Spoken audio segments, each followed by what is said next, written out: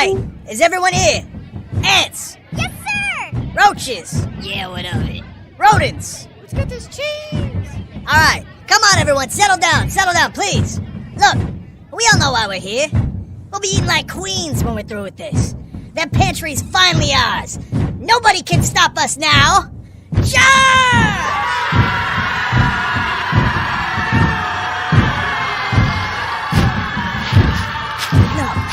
No, there's no way.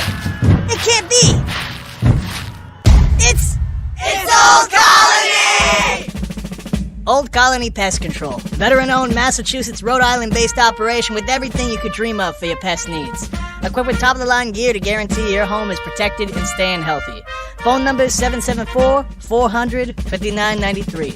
Give them a call for the backup you need. Tell them that General Red Revere sent you. They handle anything from ants, roaches, ticks, mosquitoes, rats, and more. No wildlife or termites at this time. Hey, watch it, buddy. We're marching.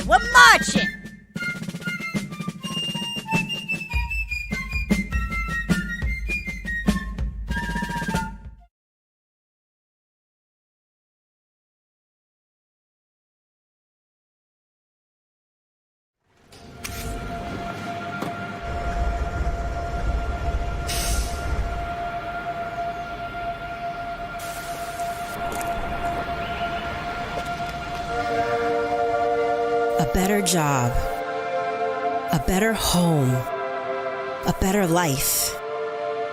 Who hasn't wished for these things, worked for them, and sought a place where they had a better chance of becoming real? For generations, Brockton has welcomed those seeking something better. From those who came in search of opportunity to today's multicultural population that makes us the most diverse community in all of New England.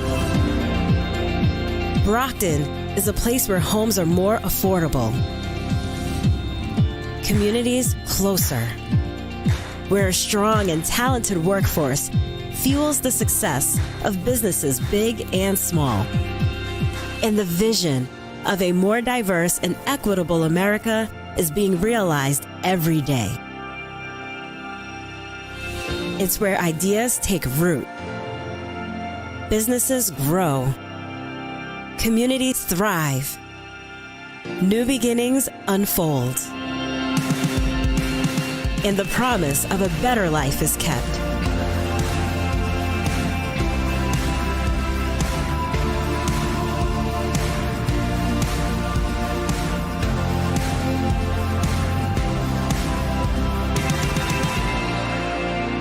Brockton, Massachusetts, where better begins. Another lesson from my neighborhood. Do you know how to tell if mom is overdosing on drugs? If your mom shoots dope every day like mine, you can only help her if you know the signs of an overdose. An overdose? Yes, an overdose. Don't call the ambulance if you're in doubt, unless she shakes uncontrollably or foams at the mouth.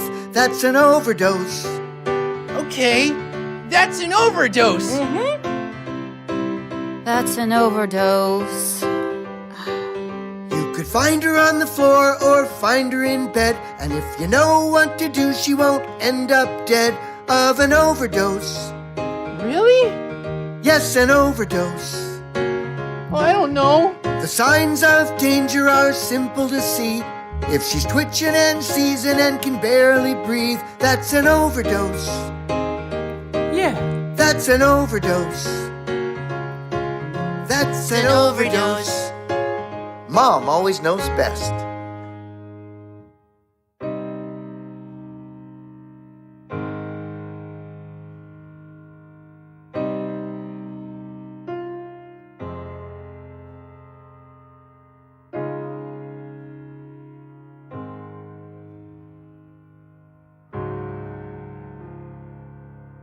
Live reigns. You are watching Hoobazoo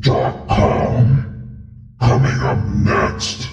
The Booth with Sinister One. Send more Fox.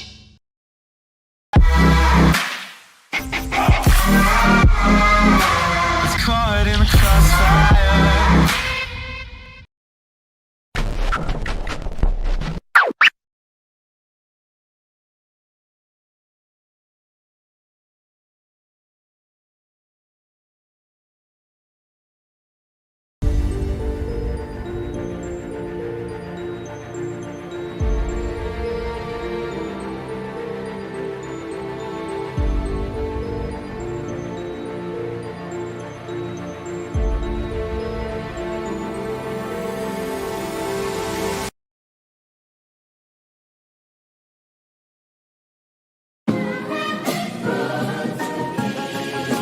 Can you dig it?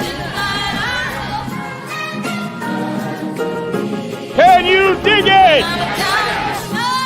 Can you dig it?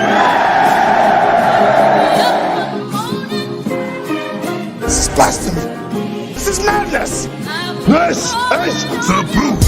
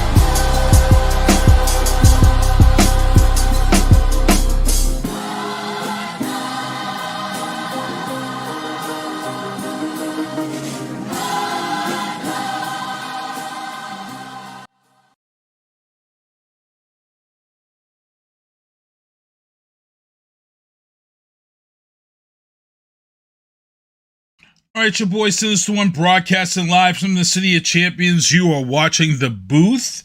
It is First Tuesday. As you can see, my guys are over here to the left. Let me get into my sponsors, but thank my guest from last week, Nicole Green. Thank you for coming on the show last week. Mom's on the Mile. Also, as I said, as my guys are on here, Ken Diesenhof, Robert Resnick. Say hello, fellas. Hello, fellas. You stole my thunder. Hello. And let me get into my sponsors real quick because we got a lot to talk about tonight. Michael Douglas Bretto, MDB Electronics. If you have your controller, it needs to be fixed. Send it out. It's back in 24, 48 hours. Also available now, Viana Marie's album, It's Personal, streaming everywhere. Also, Tactical Target Systems. I've been to the range twice this week because of my fear of the zombie apocalypse. Check out those Tactical Target System zombies at tacticaltargetsystems.com. Also, our other sponsor, ilovebostonsports.com. The t-shirts that you see featured here and some of the baseball caps that you see me wearing come from them. I want to support them and let them know down at the Braintree South Shore Plaza. Also, Old Colony Pest Control, Carl Bonnell, Veteran Dome, Residential and Commercial, 774-400-5993. I got to actually reach out to Carl Bonnell. He's coming back to sponsor the show next year. But, you know, we had our fingers crossed for him because he might have been picking up a contract for a local franchise, which I thought he said was like 25 locations. So fingers crossed for that. But before we get into the news booth, as I said, it's First Tuesdays. We got a lot of stuff to talk about. We're going to take the first story in the news booth. Florida deputy dead after jokingly getting shot in the face. Him and his friend were they're trainees down in Florida. Right now they are deputies. They were playing Call of Duty, I guess, before, but that doesn't matter. I think the problem here is that there may have been drinking involved, and one of the deputies pulled his revolver or his service weapon out and jokingly pointed it at the other deputy as he was coming into the room, and the gun discharged and shot him just below the eye, and he's dead. And, you know, if you're a licensed carry owner, If you're in the military, if you're in law enforcement, one of the things you learn is, always assume a firearm is loaded. Always. I'm gonna let Ken Diesel speak first on this one. Yeah, that's the first thing they teach you. First of all, one, all weapons are loaded until proven otherwise. Number two, never point a weapon at anything you do not intend to shoot. Do not shoot at anything you do not intend to kill. So this idea that he would point any weapon at anyone, especially his roommate and a fellow deputy, was absolutely ridiculous. Whether it was loaded or unloaded, I mean, my God, monumental stupidity is beyond concern, and almost the point where maybe it wasn't an accident, but that's an issue for another day. The sheriff actually was on his interview. He had pretty much called it stupid. He called it appalling. He was very upset by this. So let R squared, which is weird because we got this story up here. It took place in Florida, in one of the counties down in Florida, and R squared says he hasn't heard anything of this story down there, but the story is making its rounds. R squared, you want to touch base on this? Yeah, I mean, Florida's a big state. We've got multiple media jurisdictions, and for some strange reason, it's not in this one. I mean, I even had the news on earlier today. I didn't see any mention of this story. It's possible I missed it, but I just haven't seen it. But either way, I mean, we know basically what happened. I mean, everything Ken said is exactly right. This is beyond ridiculous that this type of thing could happen or would happen. It's tragedy. Both lives are over because obviously you have someone who's dead and you have someone whose life is effectively ended by this type of foolishness. I mean, there's just nothing else to say about it. What would the penalty be if these guys were in the military? What penalty would that be? There'd be a number of offenses, but quite frankly, the same thing under Florida law would be the same thing under military law, which you'd have the crime of manslaughter, I would think, because I mean, all conspiracy theories aside, we don't know what was going on between these two, so there's no reason to think it was intentional. So it would be manslaughter, and there are lesser included offenses that Ken would be able to name as well as I could, which would involve various firearms. Every jurisdiction calls them something different, but you could have the accidental discharge, negligent discharge, aggravated assault with a firearm. There are a lot of charges that fall just below manslaughter for the injury to the individual, the shooting of the individual, as well as the improper release of a firearm. So you've got a series of things that, several of them will stick, obviously. And that's why I'm saying this is a tragedy because both lives are effectively over. Ken, I'm going to let you answer for that one also from a legal side of that. Oh, absolutely. Rob's absolutely correct. You got assault, commit murder. You got discharging of a firearm within 500 feet of a building, et cetera, et cetera, et cetera. The charges literally are endless. Negligent storage of a firearm, negligent. They have something called negligent homicide. Oh, okay. This guy will not be seeing the light of day for a very, very long time. Even assuming they don't charge him with murder, because you can make, if what we're hearing is true, and again, I haven't looked at the case, there doesn't appear to be any intent. So murder's off the board because murder it requires intent. That's why Rob would go with either a voluntary or involuntary manslaughter, and he's absolutely correct. However, they could charge him with an assault crime, which is a general intent crime, which does not require specific intent. You could have your assault to commit murder, your assault and battery, dangerous weapon, assault and battery. Although I think they charge him with assault and battery or assault to commit murder, I think they really be undercharging it. It's tough. It's a tragic story. Once again, just because you're in law enforcement doesn't mean you should always 100% respect your firearm, no matter what, no matter who you are or where you are. It's a huge responsibility. Also in the news booth, F-150 Ford, the EV production model. As I've been mentioning on this show, 2032 is when the worldwide ban takes place on production. So the key is to get all the production started now, so we can be in compliance when this ban takes place. The orders for the EV F-150 have been so huge. They actually have to build and took down the wall to extend the factory for production. So that is a good sign for EVs, and they're heading in the right direction. I'm actually driving an EV right now, a Hyundai Ioniq from my job, and I love it. It's self-driving to a point, and it's right now I'm getting about 300 and 50 miles to a full charge in this vehicle. I haven't had to put any gas in the vehicle all week, so it's been kind of nice. Now, we're going to get into this story. I'm going to predict that R Squared is going to go full diesel, and we'll borrow that title from Ken tonight because I think all three of us are going to go full diesel tonight.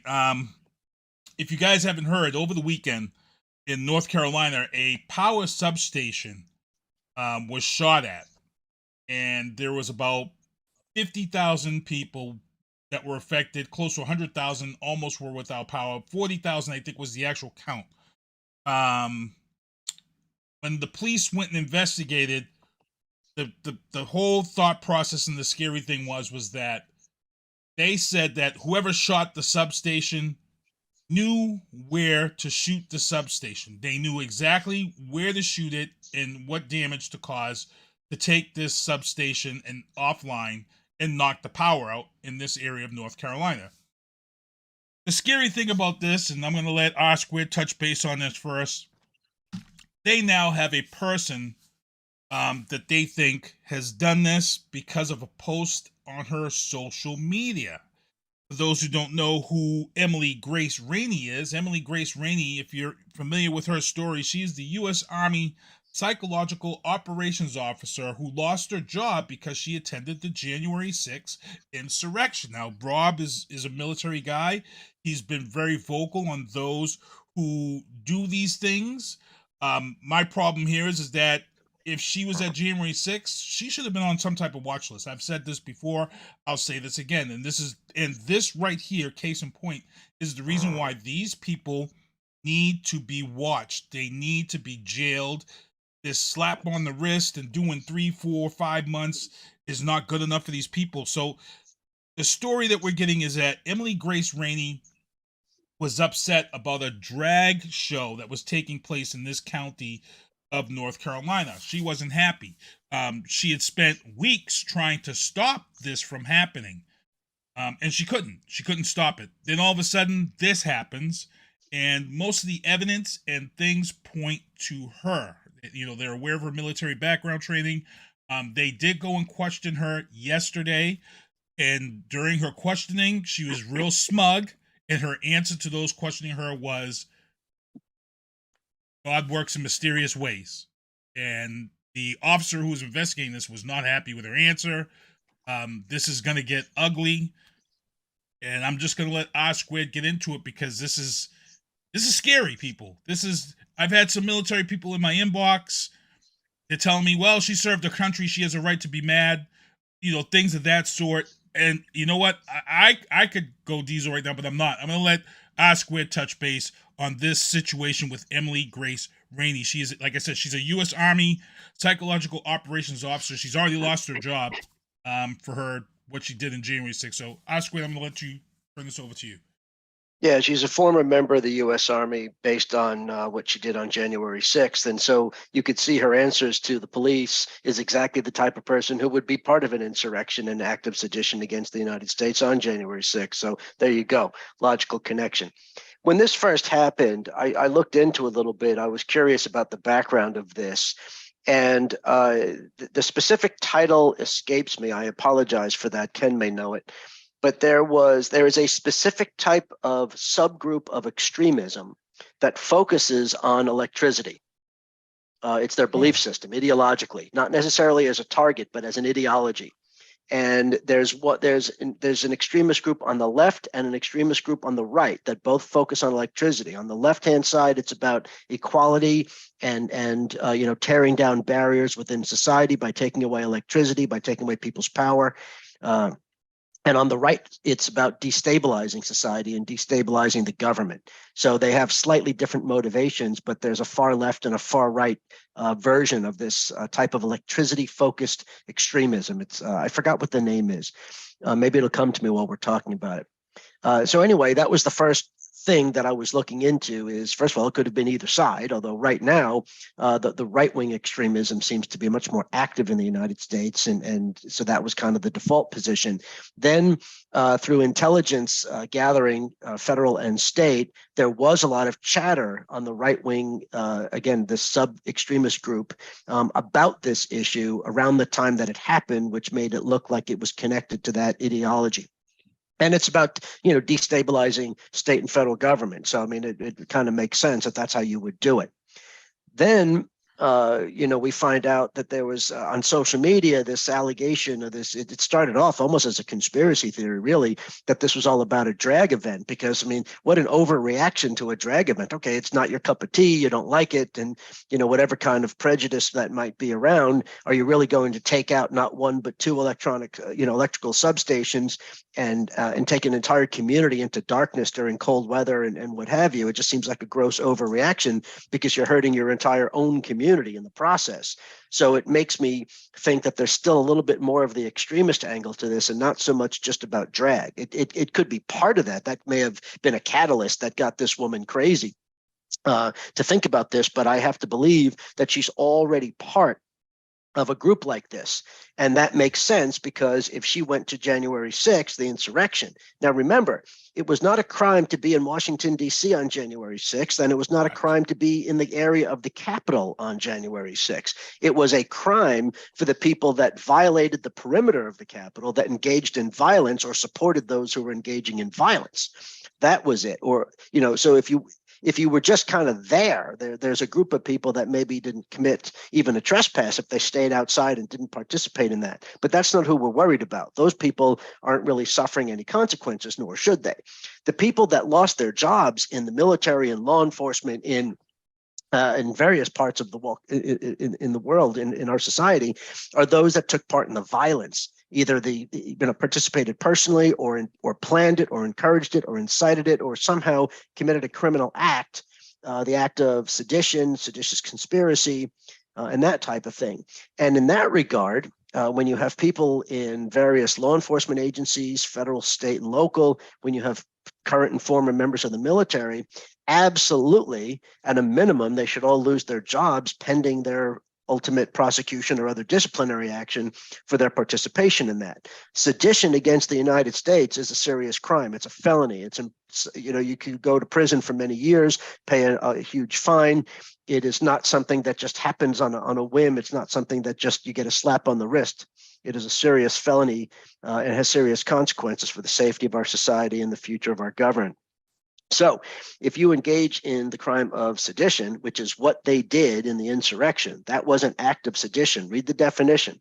In fact, I had wanted to post a corridor piece today on sedition. I didn't get to it. I'm still going to try during the week, but so I may be able to post something that really lays this out. But nevertheless, the definition is very clear. If you try to take up arms against our government, if you try to prevent our government from functioning, it's basically the crime of sedition in layman's terms. They're more obviously technical legal terms. So that's what they did. And if you are serving as a member, I'll say strictly to the military, but it applies to these other groups as well, law enforcement, et cetera.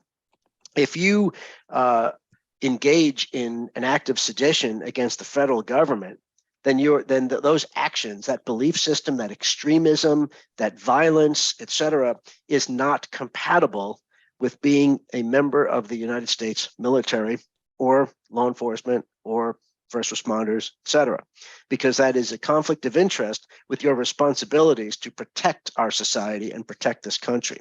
And so if, just like Ashley Babbitt, right? Everybody, Trump still makes a lot of noise about Ashley Babbitt. She was the reserve officer, the Air Force reserve officer, major, that was shot. The only person who was actually shot by the Capitol Police that day. I think they should have shot more people, but that's a different issue.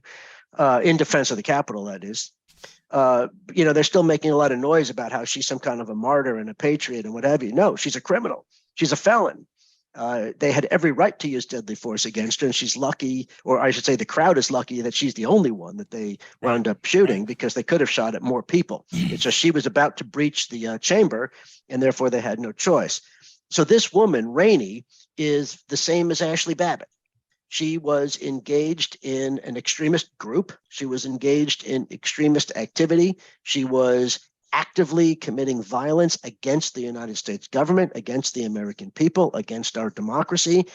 And any member of the military, active, reserve, guard, retiree, anybody that does that is a disgrace to the uniform and has committed a felony in violation of the Uniform Code of Military Justice, as well as federal law and perhaps state law in some cases.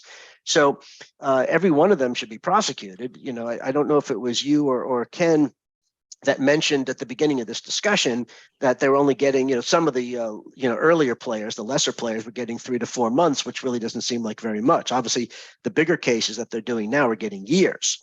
And we'll see some of the biggest cases where the sentences are still come, and I think we'll be impressed with some of those outcomes. But the problem is, what do you do for these lower level people? Because if they only serve a few months and they get credit for time served or probation or what have you, they go home like they did nothing wrong. So they have to lose their jobs. They have to be held accountable in every other way possible, because regardless of what the federal court system and the U.S. Attorney's Office does with it, they have to manage cases because they have thousands and thousands and thousands of cases to get through out of the D.C. office. So I understand the reason that they're going to make deals. They're going to charge in a certain way. I respect those decisions. I'm not saying I would do everything the same way they are, but I respect the process and I respect what they're doing. But that does not excuse, regardless of what happens to them in court, that does not excuse their actions. And if you participated in an insurrection against the United States, the January 6th attack on the Capitol, an act of sedition against the United States, or seditious conspiracy in support of that action against the United States, then you deserve the maximum punishment under law. And I'll stop there because I know you guys want to get in on this too. So I'm going to go to Ken. Ken, what are your thoughts? Because I feel like that these people should be on some type of watch list. I just feel like if she was to be on some type, and to be honest, she may have well been on a watch list, which is why they knew to go to her. So I might be wrong. This might be why they did question her, because she may be on the watch list. They just don't want to put that info out there. I'm going to let Ken chime in on that, because is there a possibility of that? I definitely think she is on a watch list. But like I said, they kind of came down really quick.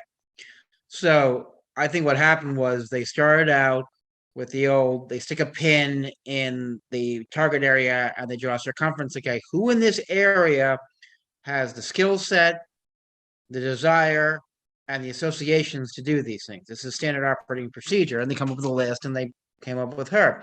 I also like, if I may go back to a point that Rob made, and talk about why this is so dangerous. One of the things that the national security people have always commented upon is our Achilles heel in this country is the national grid system. One of the things they have been worried about from both a cyber attack point of view and a physical attack point of view is our power grid, because it could be very easy to cause an incredible amount of damage, both financially, physically, and psychologically, to take out key power points. Now, the power grid comes with a lot of backups, a lot of security things, and while this was horrible to these people, it did not have a macro effect. Not the saying 50,000 people losing power is not a problem. Don't misunderstand. I am not saying that. I am talking about a systemic failure here. However, this woman clearly has specialized skills to know exactly what to do to cause the maximum amount of damage with the minimal amount of effort. And that scares me, because who is she associating with? Because we saw this in the run-up to 9/11. A lot of these groups were taking practice runs at the World Trade Center and figuring out how they could do the maximum amount of damage. The truck bomb in the garage, the various other attacks. 9/11 didn't come out, out of the blue. These groups built up to it over a period of time.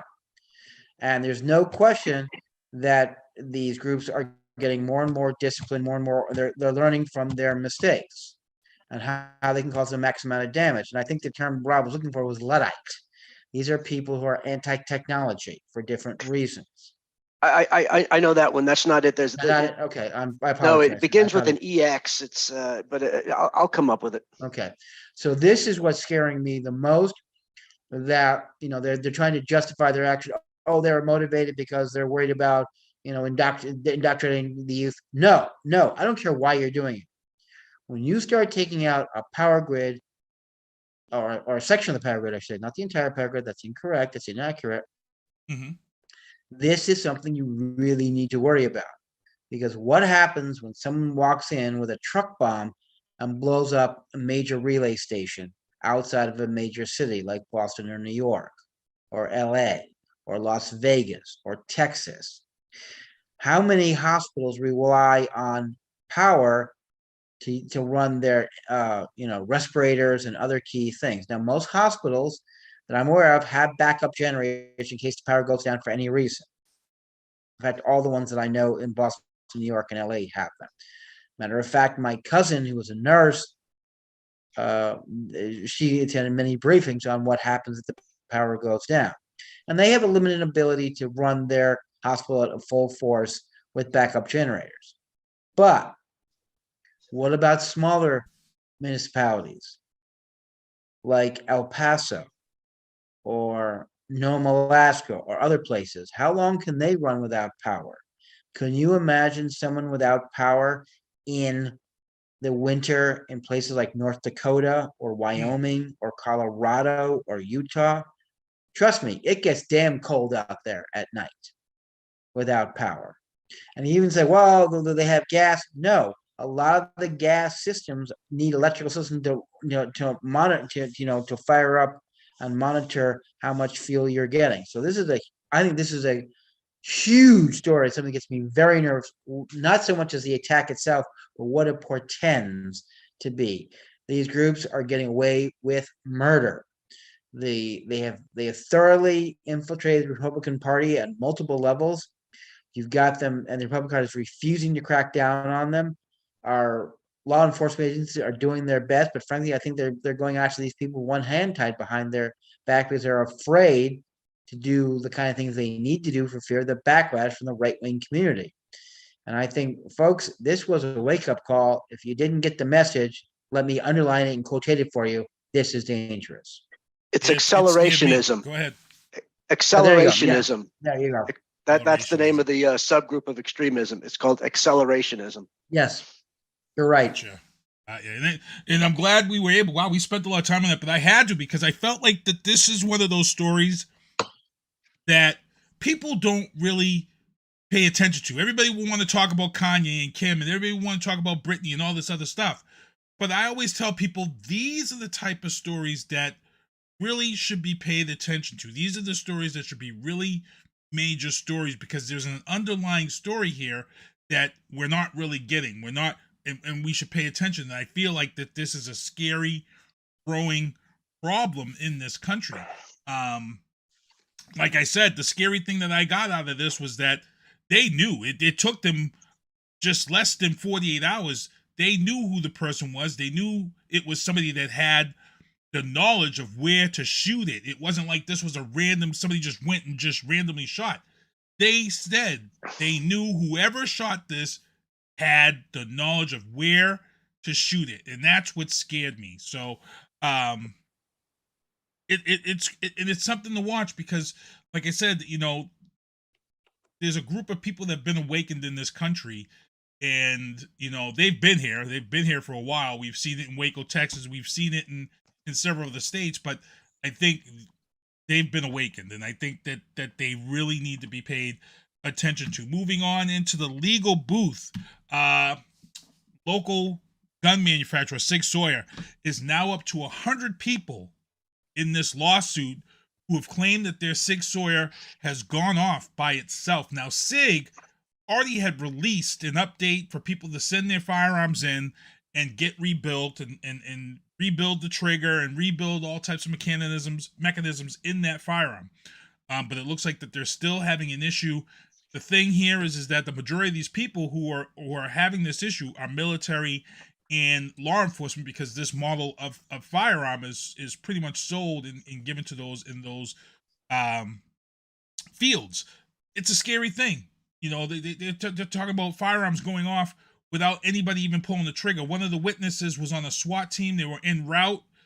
He was sitting in the SWAT truck, and his firearm was holstered on his leg, and his firearm went off without even having the trigger pulled. Now, Sig has admitted, I see Ken shaking his head, and I said the same thing, but I saw the story on 60 Minutes, and they have an issue because they've tried to fix it twice, and we're now into the third time of this firearm discharging on its own. So you were saying no. I'm gonna let you speak on it because Okay. I said the same thing. All right. First of all, I'm not a firearms expert. I don't claim to be. But let's talk about basic firearm physics. How does a firearm work? First of all, the round has to be chambered. That means it has to be brought up from the clip or any type, or in a case of revolver, in the cylinder where it is near the hammer. The hammer's got to strike the rear of the shell, and that's how it goes off. So unless first of all, the round's got to be chambered, and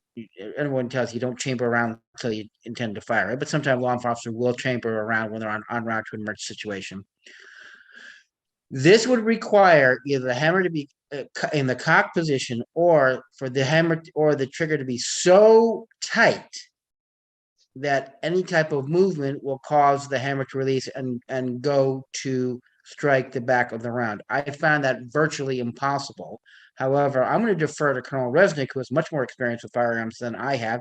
He spent almost 30 years in the military, and although he's a JAG officer, he did have to qualify on the range for both pistols and rifles, as I recall. So let me refer this to Colonel Resnick. Now, just remember, Sig did admit they had a problem, and they did have a recall, and that gun did have to go back. So that's a different story. You could have a problem where the trigger mechanism is too tight, and the amount of pressure required to pull the hammer back and release it is much lower than it should be. That's a different story. That just means triggers are based. What happens when you have a trigger? It's set to a certain amount of pressure needs to be applied before it will pull the hammer back and release it. Now, I'm assuming these are what we call double action firearms. A double action firearm, as opposed to single action firearms, means double action firearm means all you need to do is pull the trigger and it will pull the hammer back and then release it. A single action requires you to manually cock the weapon and then use the trigger to release it. So I'm assuming these double action firearms, which I believe they would be in this case, most military firearms weapons are, but I'm going to defer again to Colonel Resnick, who's probably got more experience than I ever will. Yep, go ahead. Yeah, Rob. no, your technical explanation was spot on. I'm not going to bore people with doing more of that. I think you're exactly right. The thing that interests me about this and that I find problematic is that you have a firearms manufacturer that, first of all, as their own admission is, that they have a defective design, right? At a minimum, because Sig has said that, by having people send the firearms in to be fixed, then they're admitting that they have a design flaw. And so that's astonishing, considering the safety that needs to go into firearms manufacturing and the design and all that. That's kind of odd, because that's, they haven't had a problem like that. And so why all of a sudden? The thing that bothers me even more, because that could happen, why it wasn't discovered in testing, I don't know. But what really bothers me about it is that it's taken them multiple times. They've already done recalls, twice now. And so why haven't they fixed it? This is what I don't understand, because it should be something that they can identify. However they have to reverse engineer, the firearm, that's what bothers me more, is that this is not resolved, because at this point, anybody with a SIG, really can't use it. If it's the affected model or models, then you can't use it. You can't even, put ammunition in it. You can't put a cartridge in there, magazine in there. You've got to keep it completely disassembled. Because if it really can, for whatever the design flaw is, I think Ken's explanation is a good one. Whatever the design flaw is, you can't have it loaded. You can't have a magazine in there because you don't know what's going to happen. So that makes the weapon unusable, because, for obvious reasons. So this is what shocks me out of it. One police department, I forget which one, they actually sent all their SIGs back. They've sent all their SIGs back.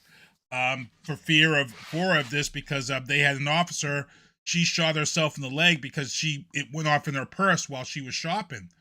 And Sig tried to say that, she accidentally discharged it, blah, blah, blah. They tested it. And the problem that they said the first time is what Ken was talking about. There was something with the trigger. I guess it's the standard is 4 pounds of pressure. And there was something wrong with the amount of pressure on the trigger, and that's what they found this first time around. My feeling is that they may want to just take everybody's firearms back that of this model and just give them a next generation or something. Because like I said, there's 100 people in this lawsuit now. And like I said, they're all lawsuit, they're all law enforcement and military people. So I've been keeping my eyes on this case. I'm going to keep watching it because it is a serious issue. And Sig is a good name. They've got a good name behind them. So it that's the odd thing to me on this whole story is that Sig Sauer they've got a great name behind them, and you know it's this one firearm. So I mean I don't know. It's kind of scary. Kind of scary. Moving on, let's get into Arizona. The election has been certified. Katie Hobbs is your victor over Kari Lake, and Kari Lake has got Trump in her corner, and we're still going on. And here's the thing that bugs me, people. This is the thing that bugs me about this and these crazy Republicans. Here, take this. Stop doing that! Stop! Stop doing that. And what it is that if someone like a Lauren Boebert wins her election, you guys never want to check and ratify any elections because your guy won.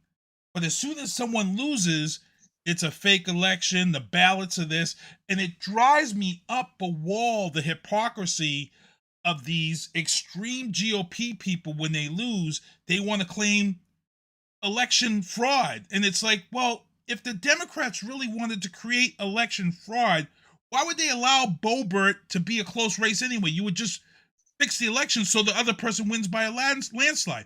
Why would you have Warnick and Herschel Walker go to a runoff vote? If you wanted to fix the election, you would fix it so that person would definitely win. Why would you have crucial, critical seats? The hypocrisy just boggles my mind at this, because this Kari Lake and Trump saying that Arizona, they were right out tweeting the election was fixed. It was stolen from us in Arizona. Yet in Colorado, Boebert won, and nobody's saying anything about checking those. And you're the election guy. Get into it, please. Explain this madness to me, because I don't get it. If I may quote Winston Churchill, a fanatic is someone who won't change his mind and can't change the conversation. You can't. You're exactly right. The fact is, if they're claiming the elections were rigged or they were hacked or whatever, then you got to throw all them out. And they go, no, we're not going to throw all those out. They're saying is basically is any election where my guy won, well, that was a legitimate election. Any where the Democrat won, well, that's proof that's an illegitimate election because Democrats can't win. That's absurd. But they don't want to talk about that. I agree. Why do they allow them to win in both Arizona, which is a heavily Republican state, and Georgia? We're still waiting on the result for that. That's totally.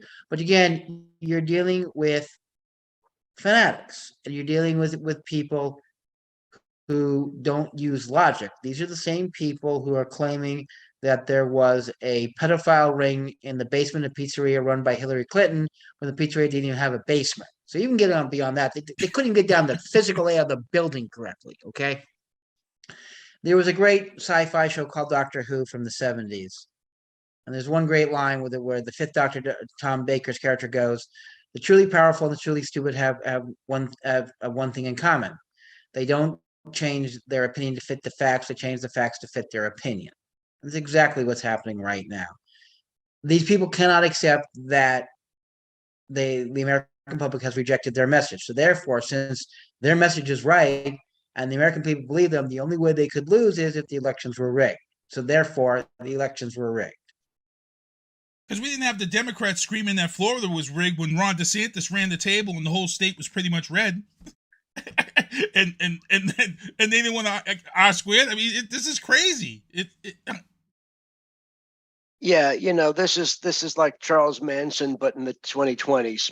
I mean, it's the same type of ridiculous, emotional, cult-like thing. Here's the thing, right? They're playing a long game. It's not about the 2020 election. It's not about the 2022 election. And it is to prepare for the 2024 election and beyond. These people who are the leaders who are doing this, not the rank and file morons, but the leaders who are doing this. First of all, they all know the truth. They all know that there's not a shred of evidence of any kind of widespread fraud that has implicated a single race in the 2020 or 2022 elections. Not a single race at any single level in any single state has been implicated by any kind of a fraud scheme that would change the results in any possible way, not even by a percentage point, let alone the outcome. They all know that to be true. You know, there's evidence that Trump knew that, but that's not his narrative. That's not the point. That doesn't serve the long game that they're playing. Now, that being said, you know, you'd say, well, why, you know, can they get away with the big lie, all this dishonesty and what have you? Ken mentioned, I think it was Ken that said that the Achilles heel of our society, of our country, is our electrical grid, which is a true statement from an infrastructure standpoint. Our real Achilles heel is the fact that we have a false legal opinion, or a misinterpreted one at best, by the Supreme Court in a rare alliance of conservatives and the ACLU that says politicians and elected officials can say almost anything they want. That is a legal fallacy. And for decades, we kind of looked the other way because people are exaggerating and telling some little white lies about their records or their opponents' records. And sure, we shouldn't make a big deal about that technically. But we've never been faced with what's been going on in the last few years, and Republicans have been very savvy to this. I shouldn't say Republicans, the extremists of the Republicans have been very savvy to this, and they've been preparing this game for years, and they've been planning to execute it. Trump stumbled across it. He didn't invent this. And so what you have is this idea that they're going to destabilize our institutions one election at a time. And there are going to be a certain number of people that believe this, as we know. There are all kinds of people out there in states like Arizona and Georgia and others that believe the election lies of 2020 and believe that Joe Biden didn't win, that believe that Trump did win, that believe other people races were falsely, you know, recorded and what have you, without any evidence, mind you. The issue is that fomenting such mistrust about our institutions, our democratic institutions, is part of the crime of what? Shall we say it together? Sedition. Sedition. It fits the definition of sedition. This whole idea of people, Donald Trump and his minions, Kari Lake in Arizona, the people that lost their races in 2022, the people that won some of their races in 2022, who are election deniers, are all committing the crime of sedition. But we have an Achilles heel in this country that we are afraid to prosecute people involved in politics because we don't want to set a precedent of a free speech issue. The problem is they know this and they're exploiting this as a weakness. We as a society need to come to task with the idea that it's one thing to maybe lie a little bit about your record and your opponent's records and your views and your opponent's views. You know, Democrats always like to talk about Republicans' views on Social Security, and Republicans always like to say Democrats are going to raise taxes, and none of that's exactly 100% true, although the Republicans do want to get rid of Social Security. Now they just made it a campaign issue. So now there's evidence on that. But either way, putting all that aside is the annual shenanigans that we just accept and we vote for the people we want to vote for. This new thing that goes back now to 2020, this you know, campaign of dishonesty involving election security and election outcomes and what have you is criminal. I mean, I don't even know what more to say about it. It's criminal. I could start screaming about it. That's not going to do us any good. It's criminal. And I don't know what the Department of Justice is going to do. The January 6th insurrection, the big lie, all this stuff going together with the violence not only proves the need to do something about it, it gives the Department of Justice a chance. A lot of people say charges are coming. I don't know. They would be foolish if the charges were limited to the Trump and the Trump campaign. They need to go after people in the states. And so do the states, by the way. The states need to clean up their own acts.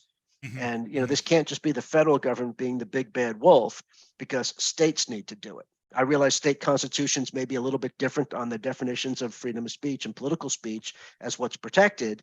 And I'm not an expert in all 50 states plus, But I think there's a pathway across the country to do this, and the federal government, led by the Department of Justice, needs to step it up.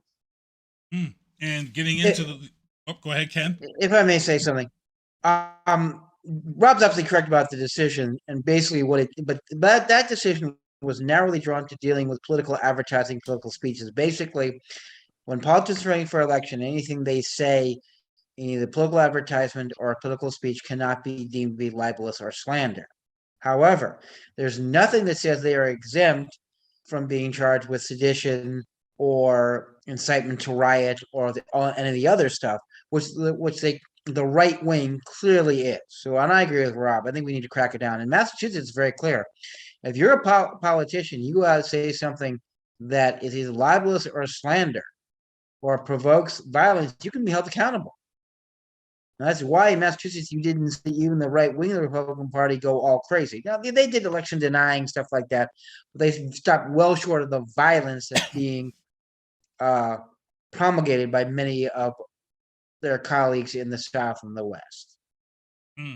Yeah, like I said, it's a scary thing. Also in the legal booth, moving on, Trump hid a $19.8 million loan from North Korea while president. Now, I see a lot of people putting up all these things about Hunter Biden and the laptop and how he should be this and how he should be this.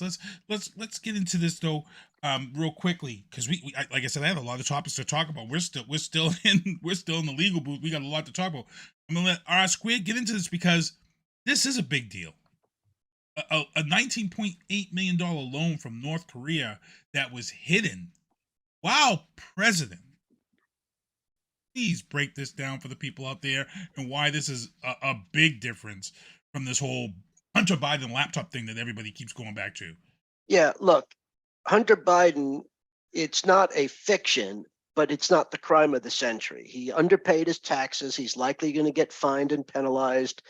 There may be a case. He may make a deal. It's not like he's clean, but that's the extent of it. Okay, he underpaid his taxes. He took an exemption he wasn't entitled to. It's very straightforward. The Department of Justice has been handling it. Something's going to get done about it, and then we'll assess the facts as we see them and whether or not it was handled fairly. And it looks like traditionally this is the type of thing that's handled by a fine, and so it seems like that would be okay. So that's the Hunter Biden thing, and let's get it over with. All right, let's someone tell the Department of Justice, get it over with, rip the Band-Aid off, release their finding, let him make a deal, plead in court and pay his fine or whatever the heck they're going to do, because I don't think there's that much else to this. Now you fast forward to what Trump was doing. First of all, think about this. Think about a loan from North Korea, right? Think about North Korea. How unlikely is it? First of all, North Korea doesn't have money.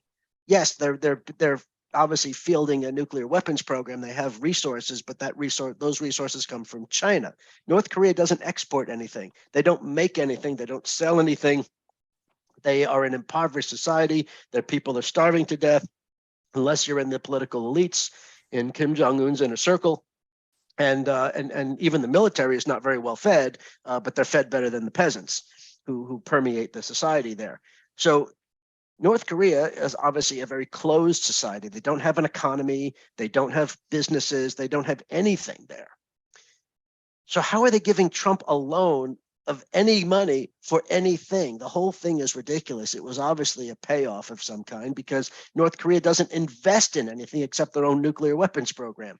So, we'll have to see what the rest of the facts come out with this. But there's no way to paint it with an appropriate brush here, because the very fact that North Korea was transferring money they don't have, mind you, so it comes from China. Mm-hmm. It's very, very interesting to see how that's going to play out. And, at the same time that Trump had this secret money source from North Korea, which, again, I can only imagine what that's going to amount to.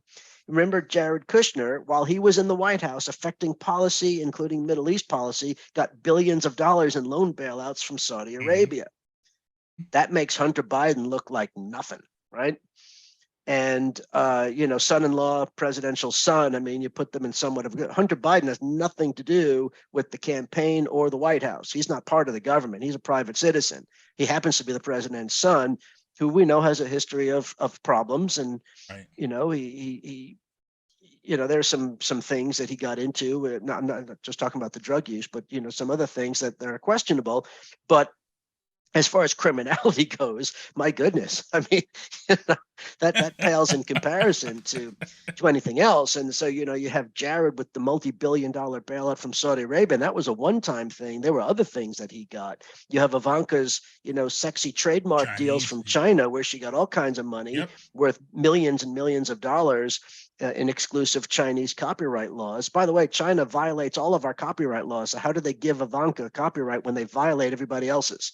I mean, it's not even just that she got preferential treatment. It's that this is a gross departure from Chinese economic policy going back to the 1950s. All right. So certainly the 1970s.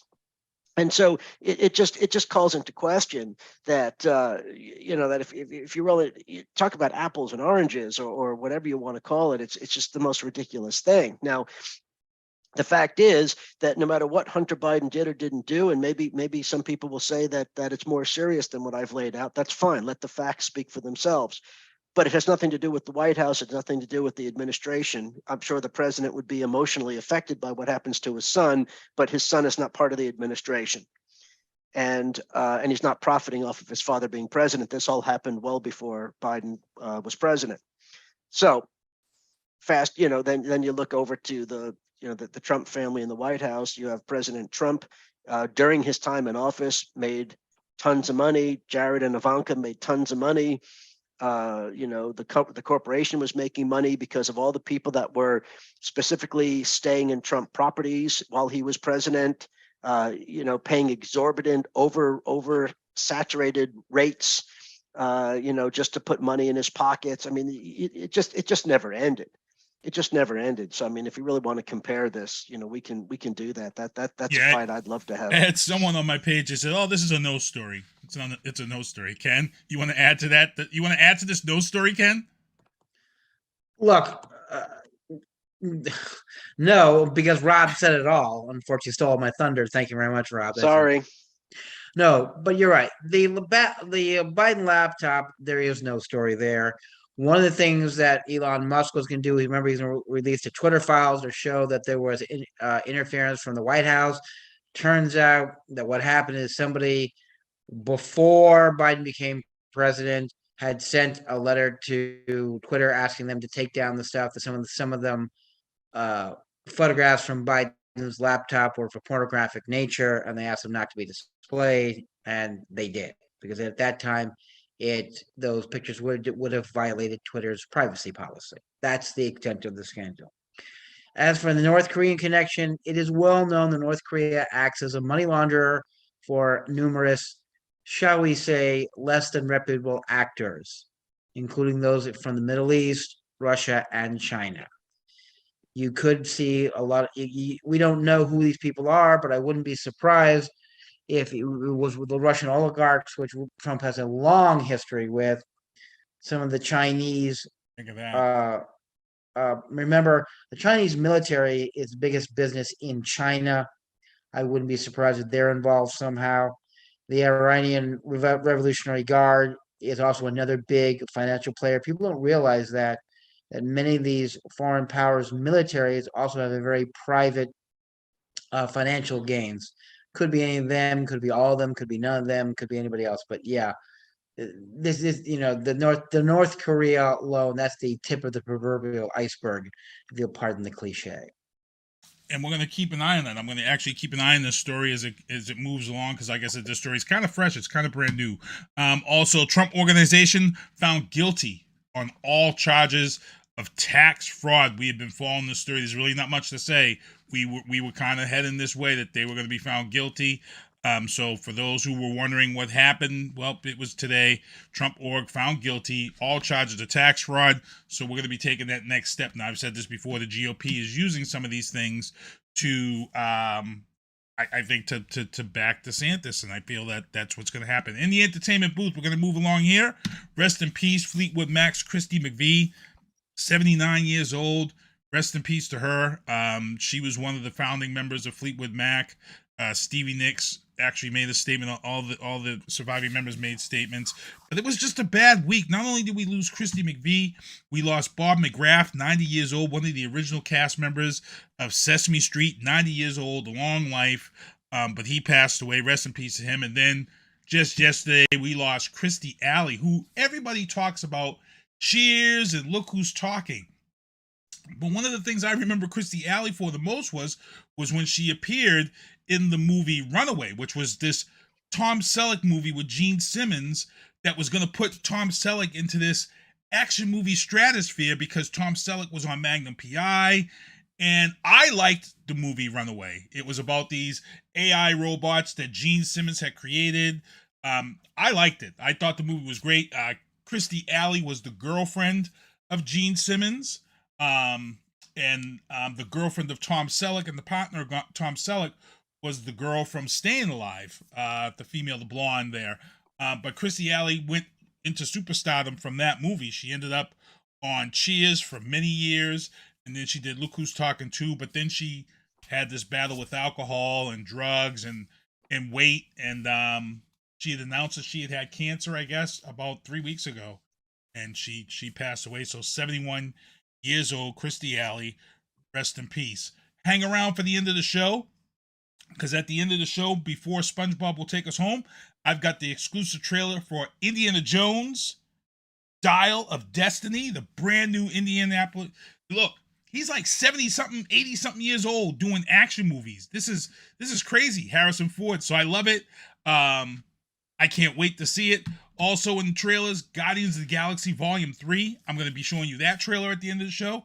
And I'm going to show you guys the trailer for Transformers Rise of the Beasts that was just released. And here, right now, this is my sleeper hit of 2023. It's based on a true story.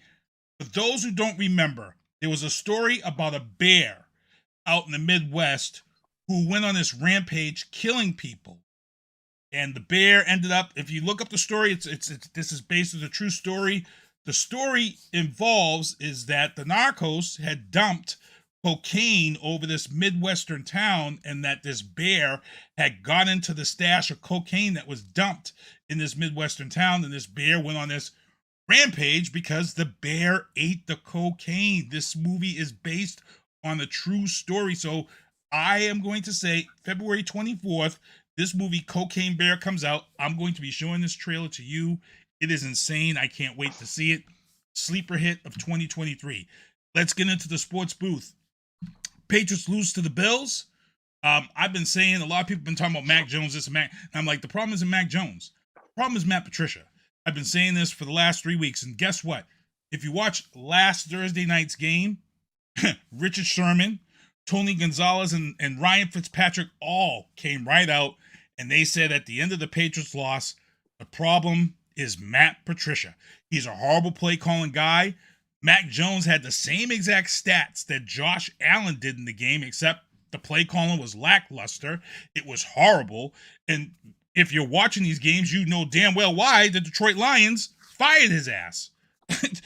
He's a defensive coach. He's not an offensive coordinator. The difference between him and Josh McDaniels is like, a week ago, the Patriots got burned by a trick play by the Vikings. It was a great trick play. Josh McDaniels was the type of offensive coordinator that says, man, we got burned on that. We need to bring that into our playbook, and we need to practice that, and we need to utilize that. Patricia doesn't have that. Patricia is one-dimensional. He's horrible. He's inconsistent. And look, they brought Matt Patricia up here. They brought Joe Judge from the Jets. And I agree with Joe Judge. Joe Judge is sitting back like, okay, you didn't want to name an offensive coordinator, Belichick. You wanted to stick with Patricia. You wanted to play this game. Guess what? I'm not helping now. I'm going to sit back and I'm just going to play my role as my role should be. Joe Judge was supposed to be the offensive coordinator of this team, but for some reason, Belichick kind of liked Patricia more. And I agree with Joe Judge just staying back and playing his role. I applaud the fact that Belichick got on EEI this morning And Belichick took it on the chin. He says the problem with the team is his fault. He's the head coach. He has the answer for it. He agrees that the play calling is horrible with the Patriots right now. But he's not going to let Patricia go. Of course he's not. We're in week 14. You're not going to let him go week 14 because you're just writing the season off at week 14 if you pull in an offensive coordinator.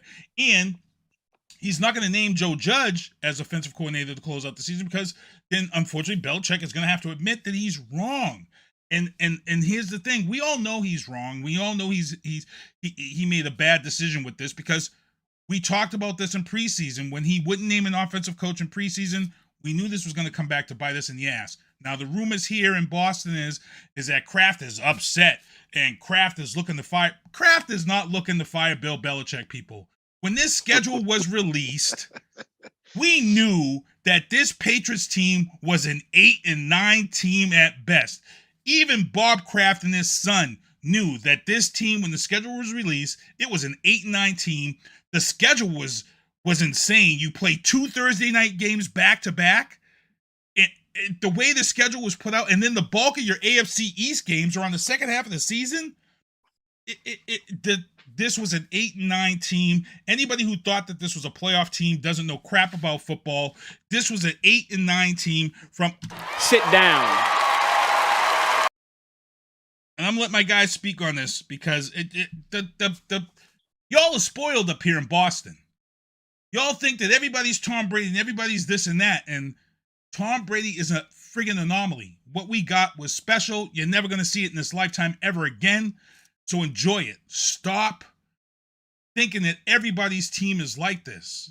Look at the Rams right now, Super Bowl champions, and look at the disgrace that they are right now, people. Come on, stop it. You're not firing Bill Belichick over this offensive coordinator problem. Who are you going to get? Who are you going to pull up as a coach that can at least keep your team at 5? Ken, let me let you speak on it first. Look, they're not firing Bill Belichick. They may not even fire Matt Patricia. I don't know why. I don't know why they brought him back after the Lions fired him. I didn't think he was that great of a defense coordinator to begin with, but that's an issue for another day. Look, the Patriots are going into transition. They desperately need to rebuild their offensive line core. It's like freaking Swiss cheese. They need to get some more receivers. They need to develop a ground game. It's a transitional year. Don't have a freaking heart attack. They're probably going to be a 500 team or slightly above, and that'll be that. On to next year. Squid, I'd like to hear you on the Joe Judge thing because he came from the Giants, and he wasn't that bad on the offensive coordinator down there. They had a lot of injury issues and they had line issues. Yeah, the Giants had a lot of problems. I mean, I don't know if Joe Judge had a fair chance. He had a couple of years, or just 1 year really, but he didn't have enough time to even get a system going or to get his players in there. So, he left the Patriots. He went back to the Patriots. It's home for him. And he was there. I think. Wasn't Joe there when Danny Jones got drafted? Wasn't that his first? That was around that same time. And Danny Jones. That was the GM, but Judge was there for that. Yeah, and Danny hasn't been that bad this season. Hasn't been that bad at all. Moving on in the sports booth, Joe Mazzulla was named NBA Eastern Conference Coach of the Month for the Celtics. He now is the head coach of the Celtics. 20-5 right now. One of the best records in the NBA. And last night, Blake Griffin, who the Celtics brought in, big role. They beat the Toronto Raptors. Now, I said I was torn when they brought Blake Griffin in. My thing about Blake Griffin is that it gives Al Horford a rest in the playoffs and down the stretch. This is where this is going to be key. So pay attention there.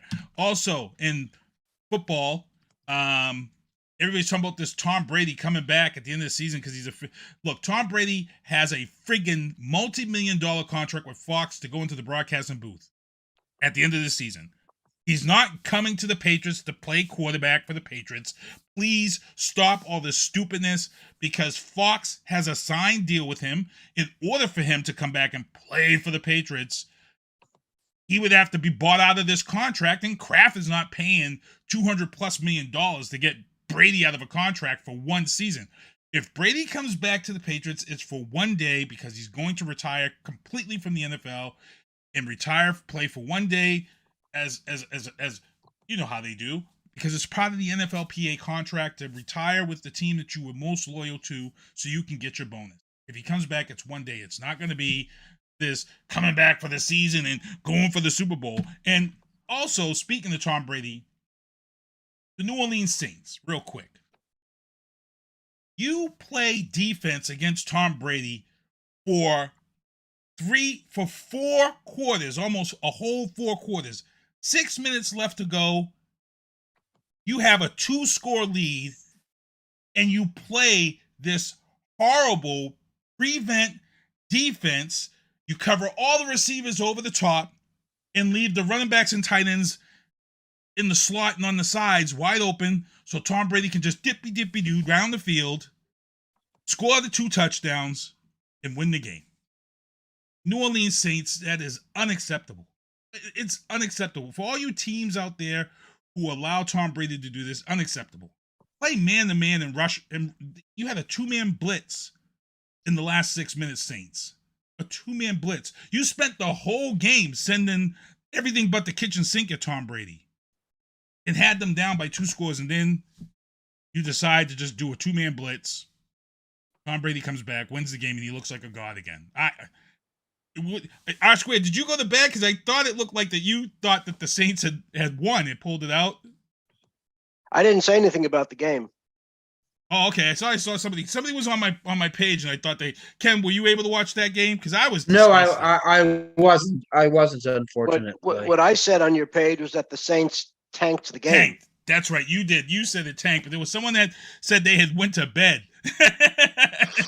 and woke up and saw. I don't watch the late games anyway, but I had seen the score, and then I saw the final score, and I'll tell you this, when the Saints and yes, the team is a little bit different, but when the Saints were fighting for that division, they took it to Tom Brady twice a year and rubbed his face in the dirt.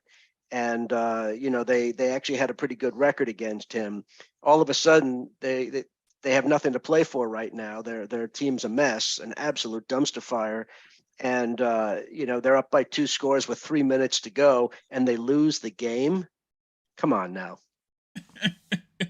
And speaking of NFL games, Rob's Giants and Washington Commanders, week 13, and you end in a tie in overtime. Last week, Ken was ripping you apart because he said you guys had one job, and then you have a chance to redeem yourselves, and now a tie, a 10-10 tie. Your thoughts, man, because that's your team, the Giants. Yeah, obviously that was a disgusting ending of the game. The Giants gave it away. They had that game and they gave it away. They just stopped playing, and then it went into overtime, and Giants had some chances in overtime, and they just gave it away. They've tied with the Redskins more than once before. It just seems to happen sometimes because of that rivalry. Both teams try to step it up, but I don't know what happened to the Giants in this particular game. They played for a while and then just kind of fell apart. To be fair to the Giants, they were supposed to be about a 9-win team this year. And they got off to a hot start, and everybody said, oh, wow, Giants are going to be in the playoffs and team to beat and team to watch and all that. No, of course not. They, their entire wide receiving core went out hurt. They've got injury problems. They're changing the turf next year. Finally, Ken and I have talked about that before, that there's something defective about the turf in that stadium. And I don't know why it took. Yeah. I don't know why it took them this long to do it, but they're finally going to do it. That'll help to some extent with the injury problems. Then we got to figure out what else they have to do about it. But either way, the Giants were only supposed to win about 9 games this year, and they still may. Despite the fact that they were 7-2 at one point, they still may only win 9 games this year. And that would be okay, because they're not a playoff team. They will get destroyed in the playoffs this year. They don't belong in the playoffs this year. And I will always root for them. I will root for them to win every game they play. But this team doesn't belong in the playoffs. And this last game just kind of showed it, the way they couldn't finish. They just don't have it. And here's the thing. Saquon Barkley could be the greatest running back in the game this year. The problem is that's all the Giants have. And so every team they play now, after the first few weeks, triple teams Barkley, stuffs him, shuts him down, and the Giants can't do anything else. They can't open up his run game because they don't have anybody else. They have no other offense. And so they can't keep the ball. They can't stay on the field. The defense is on the field. The defense gets exhausted. And that's what happens in these games. They can't close out now. So all you have to do is triple team Saquon Barkley and you beat the Giants. So they need some more help. But that's okay. They were supposed to be somewhat improved this year. They are better than they were the last several years for sure. And they have something to build on. And, they have a decent GM in there now. So let's see what they do. Jackson State University took home the championship undefeated. They beat Southern in the SWAC championship this past weekend. As soon as the game was over, Coach Prime confirmed he's off to Colorado to be their head coach. Jackson State University puts out a nice letter out in public thanking him for what he's done. Now it's up to the HBCUs and the rest of this organization to do what he started. Don't sit here and start bashing Prime. Look, Coach Prime is, if you're a coach at Roxbury Community College and you get asked to call up to coach BC, guess what? You're going to BC. You're leaving Roxbury Community College and you're going to go coach at BC. And then if the NBA calls and wants you to start coaching the NBA because you did good at BC, guess what? You're not going to stay loyal to BC. You're going to the NBA to become a head coach. Let's be honest here, people. So everybody out there who's ripping Deion Sanders apart for the 2.5 years he spent at Jackson State University, stop it. Please stop it. The man is advancing his career.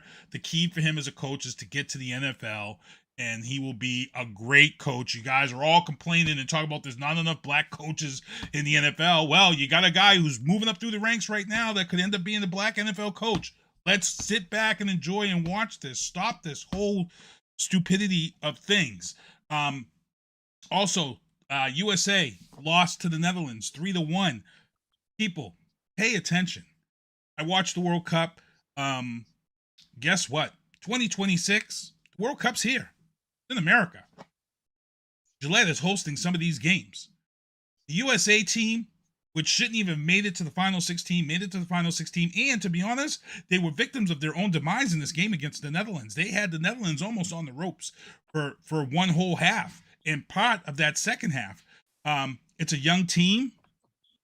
And look, the key now is focus and building this team up to get it ready for 2026 so they can go deep in their own country. And I'd like to see that. So people who are on social media and they're saying, well, that's it for me in the World Cup. It's not.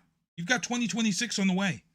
Let's start throwing our support behind the USA team now. Let's start supporting this MLS that we have here. The only reason why I pay attention to it is because I've been a World Cup fan for a long time, and Kraft owns the New England Revolution, and that team's been a huge success. We had Alexi Lawless playing here. He was a great player.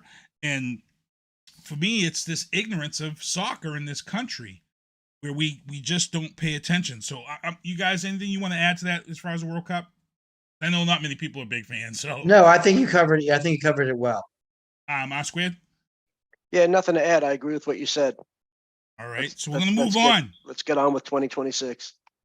Breaking news. Baker Mayfield from the Panthers was put on waivers, plucked up by the Rams. I don't get it. I thought the 49ers would have snatched him up after losing Jimmy G this past weekend. I thought that was going to happen, but the Rams snatched him up. They're saying Baker Mayfield may play this weekend for the Rams, which is insane. This is a team that was a Super Bowl champion team. Real quick, who wants to add to that one? R-Squared? I mean, I know Stafford's out hurt, and obviously the whole team had a week, what do they call it, the Super Bowl curse. I don't know that Baker Mayfield's the answer. I mean, they're not suddenly going to be a playoff team, so I don't know what they're thinking. Ken? Yeah, I think the Rams have got major issues, but here's the thing with Baker Mayfield. I said before, I think you're running into a problem is no team wants to overpay for a quarterback that's past his prime, and I'm afraid Baker Mayfield is past his prime. Maybe he has a year left if lucky, and the Rams need more than a quarterback can last for a year. We'll see. We're going to keep our eyes on this story, but they're saying that he could play this weekend. I'm going to let these guys go right around the horn on this one. Biden bombshells. There's not much really about Joe Biden this week because he was actually here in Boston on Friday for this whole moonshot event that was going on. It's been kind of quiet. The trouble here is that I wanted to talk about is that we've been talking about sedition and all these things. Problem that I'm having right now is with Trump's Constitution comments. This adds to the sedation conversation. let's just get right into this real quick. I'm gonna let R Squared. You got a former president talking about tearing up and canceling the Constitution. Your thoughts as a military guy, first and foremost, before a citizen. Yeah, I've got a lot of thoughts, but actually I'm going to defer to Ken first because apparently I stole his thunder on the last one. So I want to give Ken a chance to go off, and then I will be happy to share my thoughts. I'd like to see something on the corridor. I would like to see something on the corridor also on this one, if possible. So yeah, I'm working on it. Okay. Why? Thank you, Robert. Look, any American who suggests that you rip up the Constitution and reinstall this person that actually lost an election is not an American, okay? What you did was you advocated the violent overthrow of the U.S. government, which, by the way, is illegal, in case you hadn't noticed. Okay? It's illegal. He's advocating the violent overthrow of the U.S. government. You can't just absolve the Constitution because you lost an election. Elections have consequences. Somebody once told me that. I'm getting this flashback, right? Anybody remember this? So it's just another sign that he's a disgusting human being, that he's a danger to the republic, and that he should be brought to justice and put on trial for violating the Smith Act, which makes it illegal to advocate the violent overthrow of the U.S. government. End of freaking story. And this goes back to what about Biden's laptop? Okay. Well, here's the funny thing, people. Here's again the hypocrisy of this whole thing. We're all the 2A people. When he said that he was going to rip up this Constitution, haven't they been saying that Biden's the biggest threat to our constitutional rights? Oh, all the 2A people. Now you got a guy that says he wants to burn and get rid of the Constitution, and we have this from the friggin' 2A people. Crickets. Well, nothing. R Squared. That's crazy. Sister One, you need to understand. Remember, the Second Amendment was only designed to protect white rural Americans with guns, their rights, nobody else's. You forgot that part of the Second Amendment, didn't you? Well, you should read it again. R Squared, you want to add to that? Because it's just insane. I mean, look, the Constitution is sacrosanct, right? We are a democracy. We're the world's first democracy. Despite our challenges, we've been an overall effective democracy. And maybe we take for granted that our politicians haven't crossed certain lines in their rhetoric, certainly not in their actions. But Trump has proven himself time and time again to be different. Now, part of me says I'm tired of giving oxygen to his crap. It stinks, and we don't need to be smelling it. So, you know, we need to stop just talking about it for days and days and days, and then challenging every person we can find in the halls of Congress. Well, what do you think about this comment? What do you think about this? You know what? They're a bunch of cowards. They are a bunch of sycophants. They're not going to do anything about it. And so you're just giving oxygen to it, and you're allowing them to come up with excuses for it. I agree with Ken. It is a violation of the law. But even if it's not a violation of the law, or even if it takes too long to act on that, the fact is the American people need to act on it themselves. The American people need to say this crosses a line. And, you know, I don't know why that's, yes, there are certainly people who are outraged by it, but these are the same people that are outraged by all of this. The question is, why isn't it making a dent in our national politics? And that's the thing that I think we need to think about is what's the way to handle this stuff? What's the way to handle the messaging? Why can't the Democrats use this to become more competitive? Because this isn't going away. It's not going away. No. Nope, it's not. And as we get ready to close out the show, I got this one here. I got to talk to Rob and have him explain to us the Ukraine invasion. Don't forget, people, I got these trailers to show you before we close out the show. The Ukraine invasion, the big news out of there, the Biden administration is not happy with what went down this weekend. For those who didn't hear this weekend, Ukraine hit hard. They crossed the border and they attacked Russian bases, and they hit hard. Biden and the administration, they're not happy. As we talked about this before, that, you know, they're okay with the Ukraine protecting their borders. They're okay with the Ukraine protecting themselves from invasion.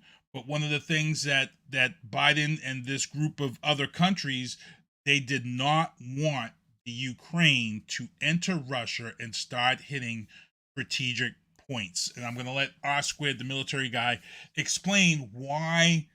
Some people don't understand why this is an issue. They're saying, well, they're getting invaded. They should be able to. I want this to come from the military guy to explain this before we get out of here. There are two issues. First is we always look at war in fighting it within its context and not letting it become an unlimited war. In other words, we don't want something that starts as a regional conflict or some kind of a conflict that then becomes World War I, World War II, and we don't want this to become World War III, which is something that could potentially happen. And so on the one hand, Ukraine has the right to defend itself. They absolutely do. And once they've been attacked by Russia, they have the right to prosecute the war in their defense in accordance with international law, which allows them to strike back at Russia as long as they hit targets that comply with international law. All of the Ukrainian targets, to include the ones inside of Russia, which are military targets, are consistent with international law and consistent with Ukraine's right of self-defense. We're concerned about escalation because right now, since Ukraine can't fight the war by itself, and they're 100% reliant on US, NATO, and our European partners to fund them in this war, then we have a right and an expectation to say, look, we can't fund this thing indefinitely. We have to fight this in a way that forces Russia to capitulate, that forces Russia to give up the territory it took and end this thing, and then we can worry about the future after that. Because there's only so much the American government, the American people are going to be able to do militarily and financially. Same thing with our European partners. And at any given time, after any single election or any single issue that arises, Ukraine's funding for this thing could dry up. I'm not advocating for that. I'm just saying it's not far off. In fact, congressional Republicans already want to stop funding Ukraine.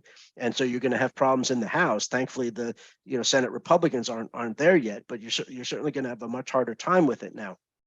And so it'll be interesting to see that. Now, I would say this, though. On Ukraine's side of this issue, we have seen really since the beginning of the war, but certainly in the last several months, Russian atrocities, gross war crimes. Their attacks on the power grid, their attacks on civilians and hospitals, their attacks, everything Russia has done has been in violation of international law. First of all, the invasion was a violation of international law. It's a war of aggression. There was absolutely no justification for it. But then if they were fighting military on military, once you get past the invasion issue, then of course they would be complying. But Russia's not even trying to defeat the Ukrainian military right now. They're trying to defeat the Ukrainian people. These are disgusting war crimes. And if I'm Ukraine, I'm saying to the world, you don't want us to escalate. You don't want us to make this painful for Russia. What are you doing about the war crimes? We're willing to fight the limited war, to stop it from spreading, to get Russia to give up. But what are you going to do about the war crimes? We have to do something for our people. And so, quite frankly, if the world isn't going to do something about the Russian atrocities, then I don't have a problem with Ukraine strategically choosing some targets inside Russia to make sure Russia understands that this thing has consequences too, and their people need to be careful. So I'm not as down on Ukrainian decisions. I do think it's incredibly risky though, and they better be prepared for that escalation. But I'm not totally against their point of view on this one. Ken, you want to add to that real quick? Yes, very, very, very briefly. You got to understand something. One of the whole things about the Biden administration has always been concerned about is we didn't want to push Russia into a corner where they feel that they need to do something, basically like an Operation Cinder or an Operation Doomsday, where we're going to lose, we're going to take everybody with us. They still got a group of nuclear weapons. They could use that either tactically or strategically. And the problem with Putin is he as long as he believes there's a way out, he's going to be restrained. He doesn't think he may take the rest of the world with him, and that's the main fear with regards to the Russians. They also need to look at strategically what China's going to do, because right now China and Russia they're allies of convenience, but they've always been competitors, and we like that. We like when Russia is done. If Russia's taken out, will China become more aggressive and decide, well, everyone's fixated on Ukraine, we're going to move to Taiwan or back another invasion of South Korea. So that's the people are decisions that need to be made at the White House. But I have to admit, I'm kind of sympathetic with Ukraine on a lot of these issues. They're looking at is if they don't take Russia out, all they're gonna get is a timeout for maybe 5-10 years, and they'll be right back where they started in 5 to 10 years. Although, right. Quote Mark Twain, people should be very careful about making predictions, especially about the future. Good show. Let me get over here and talk about some of the things that we got coming up. Those are the people who support the show, purchase the beanies that we had out there. These are the shows that I produce and involved with, so make sure to check them out. Also, for those who didn't know, from November 25th to December 31st, all BAT buses in the city of Brockton are free of charge. Free of charge. So get your shopping done, get your traveling done within the city of Brockton. All BAT buses are free. Also, December 9th, Vianna Marie will be hosting and performing at a very Boom Squad Christmas at the VFW in Fall River. And then on December 10th, here in Brockton, Focus to Win Mixer.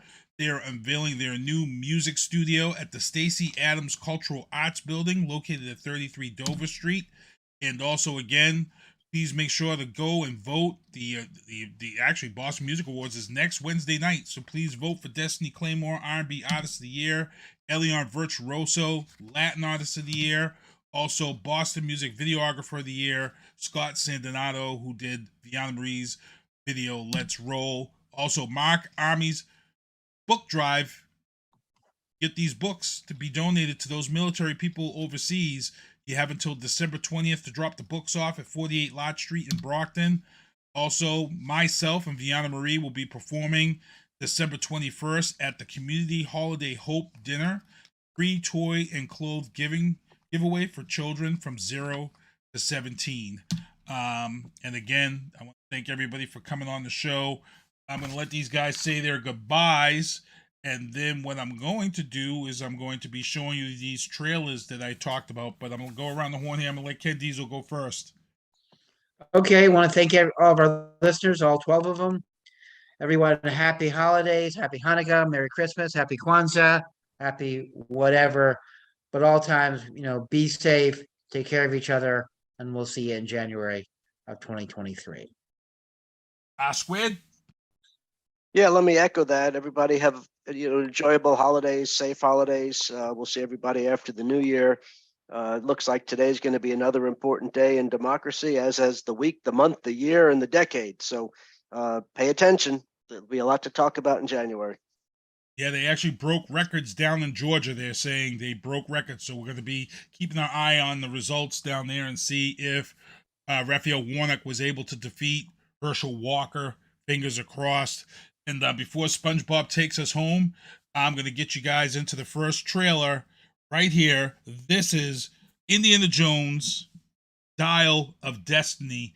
And then SpongeBob will take us home after we show all three of these videos. But it's your boy Sinister1. Here we go. I miss the desert.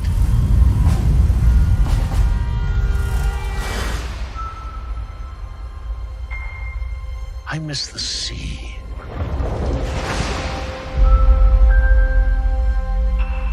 And I miss waking up every morning,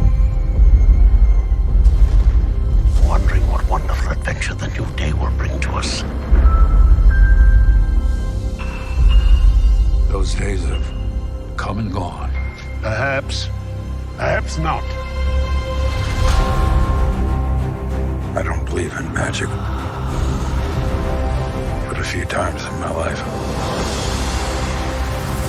I've seen things I can't explain. And I've come to believe it's not so much what you believe.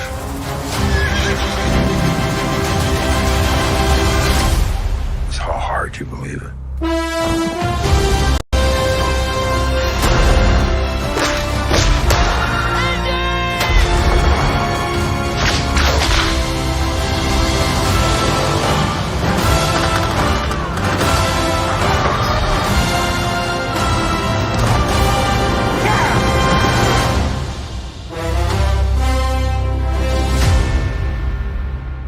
This man. I'm her godfather. Related. Get back.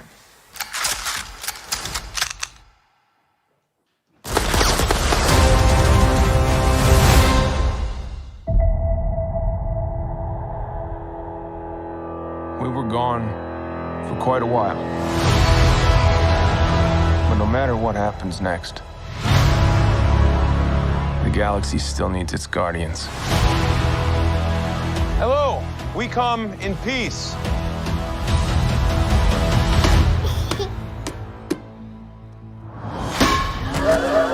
Come on, Drax. Seriously, dude? No! Ow!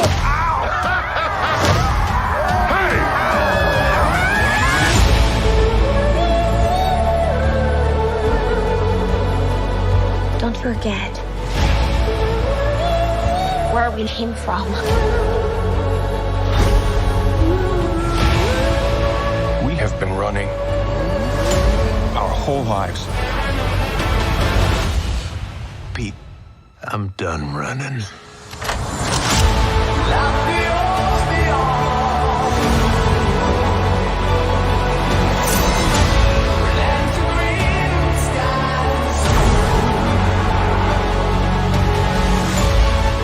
We'll all fly away together.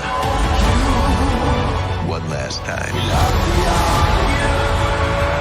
Into the forever and beautiful sky.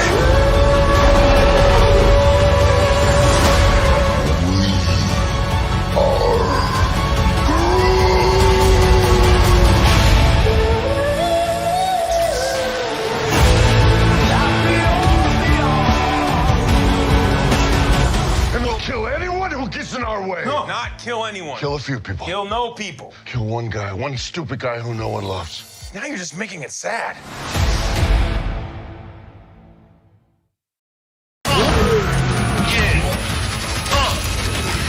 It was all a dream.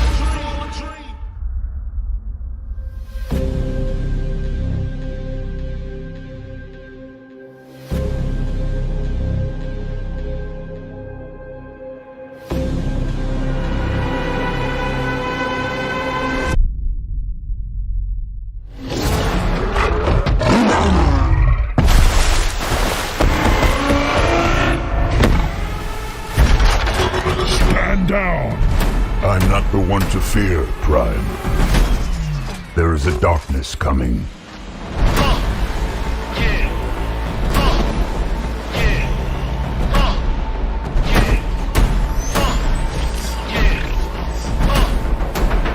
It was all a dream.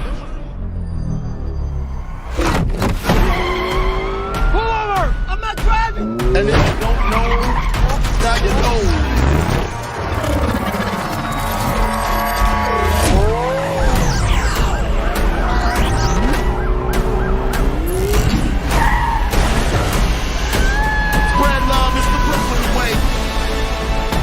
And if you don't know, now you know. I'm blowing up like you thought I would. Call the trick, same number, same hood. It's all good. Of all the threats,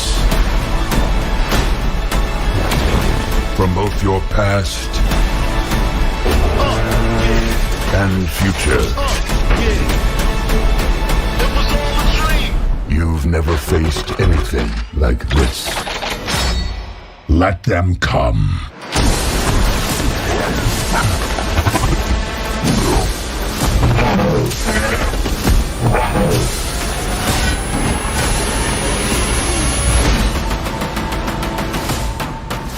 And if you don't know, now you know. This can't be real. This can't be real. Oh, okay, it's real.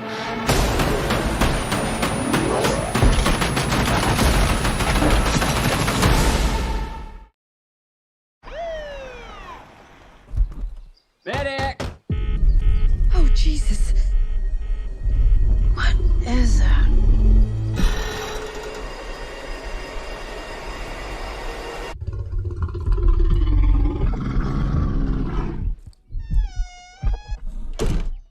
Beth, we should go. Millions of dollars worth of cocaine fell from the sky this morning in Knoxville, Tennessee. There's more of this out there. They dumped it somewhere. I'm looking for my daughter. Forest is a dangerous place. Hey, Henry, check it out. Something got into it. A deer, maybe. A lot of cocaine was lost. I need you to go and get it. No, don't eat that, don't eat that. Let's see what kind of effect that has on you. The bear. It fucking did cocaine. A bear did cocaine. There was a bear. A bear? It was 4. Hey, that's inappropriate.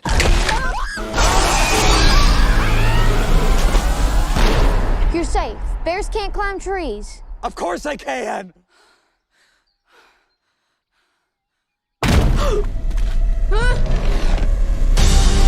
Higher, baby. Oh, shit. Get higher, baby. It kind of seems like the thing that stays with a man forever. Apex predator. High on cocaine. Out of its mind.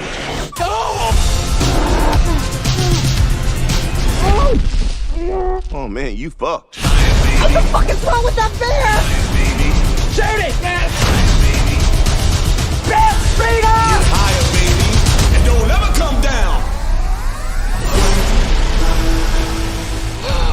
Come on. We have such good luck in nature. Well, see you next Tuesday. Thank you for listening to The Booth on Hoobazoo and HatcherRadio.com. Please follow the Facebook page and subscribe to the podcast at Apple Podcast, iHeartRadio, and Spotify. The Booth is a Sinister One production hosted by Sinister One. I've got to start hanging out with friends that are a little more intelligent and understand politics and stuff. It's just that I'm up on this level up here, and all my friends are down here. Me, nah. You guys, nah. Maybe a little more down in here. Screw you guys, I'm going home. I smoke, I drink, I do my thing. These bitches hating, so you know I got to make it plain. Don't do cocaine with your chick, my main. We stick together, true forever, yeah, you know we bang. I miss those days, which was easy. If only I make it, bitch, don't repeat. Now that I done upgraded, I've been upstate, but y'all think I'm playing. And I got a hit now for these weak assholes who think I ain't slaying. Try me, and I'll probably end up laughing, cause I never back down. I'm that chick with a clean ass whip, I don't need that shit, I got my own now. I get hurt, I get tired of fussing, fighting, guess I gotta crack down. Don't mess with me, cause on everything, I'ma have to bring the whole city out. WHOOBAZOO, that's Hoobazoo.com. Enter website, enter website, enter website, enter website.